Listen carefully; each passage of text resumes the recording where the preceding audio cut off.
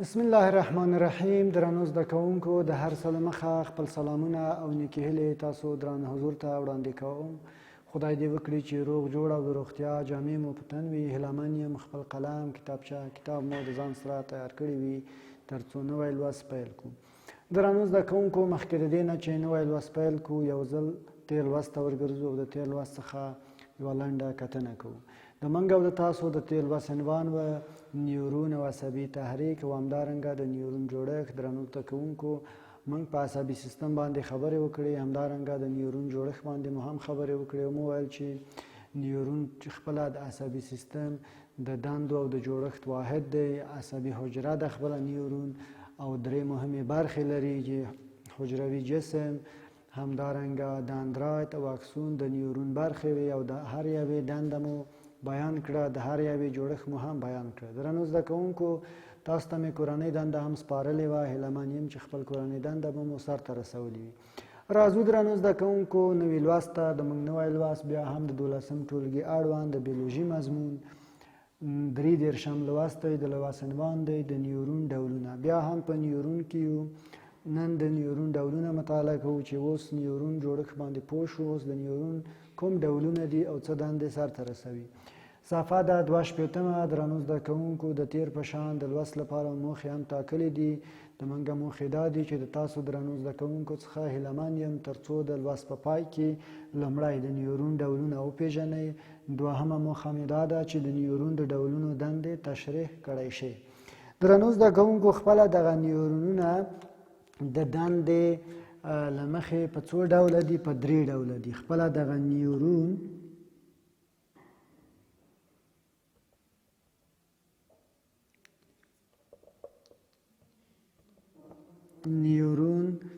د دندې له مخې په 3 ډوله دي.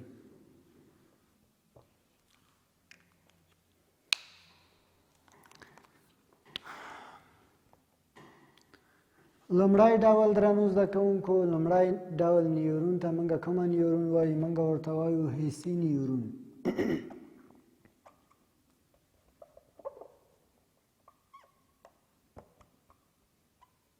موږ څه ورته وایو؟ لومړی ډول نیورون چې دی حسي نیورون دی او موږ لاتیني کلمه چې ورته استفاده کوو سنسوري نیورون. دغه نیورون درنو زده کوونکو څه ډول نیورون دی؟ کله چې موږ وایو لومړی نیورون درنو زده کوونکو کوم نیورون دی؟ لومړی نیورون حسي نیورون دی. یعنی دا د بدن په هغه برخو کې چې حسي برخې دي، هغه برخې چې د بیروني عواملو سره په اړیکه کې دي، د بیروني عواملو سره یا فاکتورونو سره مخامخ کېږي. دا نیورون هغلته موقعیت لري او له حسي غړو څخه پیغامونه اخلي او مرکزي عصبو ته یې لیږدوي. درنو زده کوونکو دا په دې مفهوم باندې که چیرته دغه د ما په لاس کې یو داسې شی وي چې ما ته زیان رسوي، لکه دا یوه تیره ستن وي، کله چې د ما لاس په دې باندې لګېږي یا د برق یا د برېښنا لین وي، ضعیفه برېښنا وي چې ما ته لږ څه انګېزه راکړه، یا د بیلګې په توګه باندې دا یوه اوسپنه وي چې اور ته مې نږدې کړي وي او د دې تودوخه ډېره شوې وي. نو کله چې زه په دې باندې لاس لګوم نو حسي نیورون دغه حس کوي، دغه محیطي اعصاب دا حس کوي. دغه حسي نیورون دغه پیغامونه اخلي او مرکزي اعصابو ته یې لیږدوي. مرکزي اعصاب درنو زده کوونکو خپله دغه مرکزي اعصاب مغز او حرامغز ته ویل کېږي. یعنې کومه چې د سر په کوپړۍ یا په سر کې چې کومه یوه د مغز ټوټه یا د مغز مجموعه ده چې موږ ورته وایو مرکزي مغز او حرامغز چې نخاع شوکي هم ورته ویل کېږي. د ملا په تیر کې یا په هغه ستونو فقرات کې شتون لري. نو دغه حسي نیورون یا سنسوري نیورون څه کوي درنو زده کوونکو؟ دغه پیغامونه اخلي، پیغامونه راټولوي او مرکزي اعصابو ته چې مغز او حرامغز دی دې ته لیږدوي. نو کله چې هغه ته ولېږدول شول د دې نیورونونو څخه د اندراید د حسي غړو پورې نښتی وي. نو کله چې دغه پیغامونه مرکزي اعصابو ته لیږدوي نو دا په دې ډول باندې دی درنو زده کوونکو چې دغه نیورونونو د اندراید د حسي غړو پورې نښتی وي. نو کله چې موږ یو شی حس کوو څنګه حس کوو د دغه حسي نیورونونو د اندراید د دغه حسي غړو چې خپل لاس یو حسي غړی دی د دې پورې نښتی وي نو دغه پیغامونه اخلي او مرکزي اعصابو ته یې لیږدوي. راځو درنو زده کوونکو دویم ډول ته. دویم ډول یې موږ درنو زده کوونکو د حرکي نیورون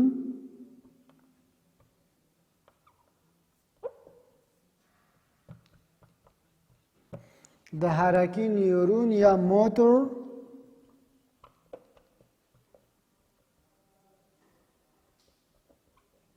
نیورون په نوم باندې یادو. نو دویم ډول نیورون حرکي نیورون یعنی هغه اصطلاح ده موتور نیورون. نو دغه حرکي نیورون دنده څه ده؟ د حرکي نیورون دنده درنو زده کوونکو پیغام له مرکزي اعصابو څخه د عملي کولو غړو یا افیکټور ته رسوي. نو درنو زده کوونکو کله چې د حسي نیورون په وسیله باندې پیغام مرکزي اعصابو ته ورسیده اوس مرکزي اعصاب څه کار کوي؟ د حرکي نیورون په وسیله باندې پیغام هغه غړو ته رسوي چې هغه د عملي کولو دنده لري چې هغه ته افیکټور وایي. څه ورته وایي درنو زده کوونکو؟ افیکټور وایي. یعنی په ډېر عامه توګه ویلی شو چې خپله دغه د بدن عضلې هغه غړي دي چې هغه افیکټور دي یعنی د عملي کولو غړي دي. درنو زده کوونکو کله چې دغه افیکټور ته پیغامونه ورسېدل نو افیکټور بیا عمل کوي او هغه څنګه چې فرمان ورکړی دی عصبي مرکزي سیستم د هغه فرمان له مخې دوی د هغه مطابق عمل کوي. او دریم ډول درنو زده کوونکو دریم ډول نیورون نښلوونکي نیورون. نښلوونکی نیورون دی چې خپله نښلوونکی نیورون په مغز او حرامغز کې شتون لري. دنده یې د حسي او حرکي نیورونونو سره اړیکه ټینګول دي. یعنی دغه نښلوونکی نیورون چې دریم ډول نیورون دی په مغز او حرامغز کې شتون لري او د دنده دا ده چې د حسي او حرکي نیورون سره اړیکه ټینګه کړي. درنو زده کوونکو نو کله چې اړیکه ټینګول د دنده ده د دې نیورون د حجروي جسم دواړه خواوې څه لري درنو زده کوونکو؟ دواړه خواوې څخه تارونه وتلي دي. نو کله چې موږ وایو چې نښلوونکی نیورون د حسي او حرکي نیورون سره د اړیکو ټینګول د دنده ده نو د دې نیورون د دواړو خواو څخه تارونه وتلي تر څو د دواړو خواو سره اړیکه ټینګه کړي. درنو زده کوونکو د حسي نیورون اکسون وروستۍ برخه د څه سره نښتې ده؟ د حرکي نیورون د اندراید پورې تړلې یا نښتې ده او د حرکي نیورون د اکسون وروستۍ برخه د بیلابیلو غړو پورې نښتې ده چې همدا دی چې موږ وایو چې عصبي سیستم یو اوږد سیم یا اوږد مزی دی چې همغږي رامنځته کوي او ځینې فرمانونه صادروي او عملي کوي. درنو زده کوونکو تاسو ګورئ په کتاب کې هم یو ډېر ښکلی انځور راغلی دی. تاسو ګورئ چې دلته په الف برخه کې د آخذې په پوستکي کې تحریک یا حس کوي. نو تاسو ګورئ چې هغه کومه لاس چې د دې ماشوم هغه کومې ته نږدې کړی دی نو هغه د هغه پوستکي په وسیله باندې چې هلته هغه حسي برخه ده نو دلته اعصاب هم شتون لري نو دا حس کوي. او بیا درنو زده کوونکو په بې برخه کې تاسو ګورئ چې انتقال د حسي نیورون د تماس د پیغام حس لیږدوي. یعنی دلته اوس د حسي نیورون په وسیله باندې دغه پیغام تاسو ګورئ لیږدول شوی دی. عصبي مرکزي سیستم ته چې هغه مغز او حرامغز دی درنو زده کوونکو. همدارنګه دلته تفسیر او معلومات ارزول شوي دي، تفسیر شوی دی او وروسته درنو زده کوونکو څه کار شوی دی؟ حرکي نیورون ته هغه دنده سپارل شوې ده، حرکي نیورون ته هغه پیغام استول شوی دی او دنده ورته سپارل شوې ده تر څو دغه کس ته خپل سر ته حرکت ورکړي. زه د بیلګې په توګه تاسو ته وایم درنو زده کوونکو، ډېر کله به داسې پېښ شوي چې تاسې په خپل کور کې د خپل د مورجانې، پلارجان یا د مشرې ورور یا د خور سره د خپل د کور په کارونو کې مرسته کوئ او کله هم داسې شوي دي چې تاسو کله د کور کې هغه بخارۍ ته چې کله تاسو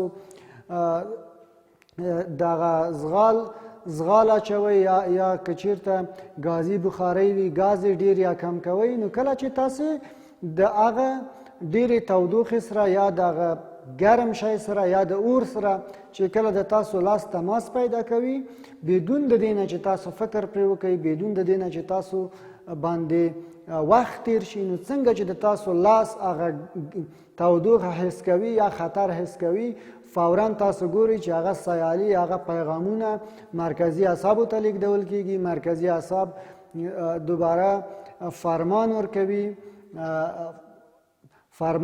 یا امر کوي په هغو غړو باندې چې باید حرکت ورکړي. تاسو ګورئ چې په اتوماتیک ډول باندې د تاسو لاس د بخارۍ څخه لرې کېږي، یا که چېرته تاسو مخامخ تاسو باندې یو غوماشه یا یو بل څه را روان وي یا یو څوک تیږه یو څه شی داسې راګزار کړه، نو تاسو ګورئ چې د تاسو د سترګو خواته را روان وي. څنګه چې تاسو ګورئ بدون د دې نه چې په دې باندې وخت تیر شي، تاسو د هغه څخه خپل ځان بچ کوئ. نو دغه د درې ډوله نیورونونو دندې دي چې په خپلوار سره هر یو د خپل دنده سرته رسوي درنو زده کوونکو، او دا دی چې موږ عصبي سیستم په همدې سره فعالیت کوي او د ژوند د ټولو فعالیتونو لپاره درنو زده کوونکو موږ فعاله کیږو او د موږ په بدن کې همغږي رامنځته کیږي. درنو زده کوونکو، د تاسو کورنۍ دنده به دا وي چې د دې درې ډوله نیورونونو دندې په جلا جلا توګه په خپل کتابچو کې ولیکئ چې حسي نیورون دنده څه ده، د حرکي نیورون دنده څه ده، همدارنګه د نښلونکي نیورون دنده څه ده. په جلا جلا توګه به د دې نیورونونو دندې په خپل کتابچو کې لیکئ او هیلهمند یم چې خپل کورنۍ دنده سرته ورسوئ، ځکه چې د تاسو هره کورنۍ دنده د ستاسو په ارزیابۍ کې شمیرل کېږي. د موږ لوست هم دومره و درنو زده کوونکو، د موږ لوست پای ته ورسېده. د راتلونکي لوست پورې تاسو په لوی او بښونکي خدای سپارم. سوکاله، آرامه او خوشحاله ژوند ولرئ.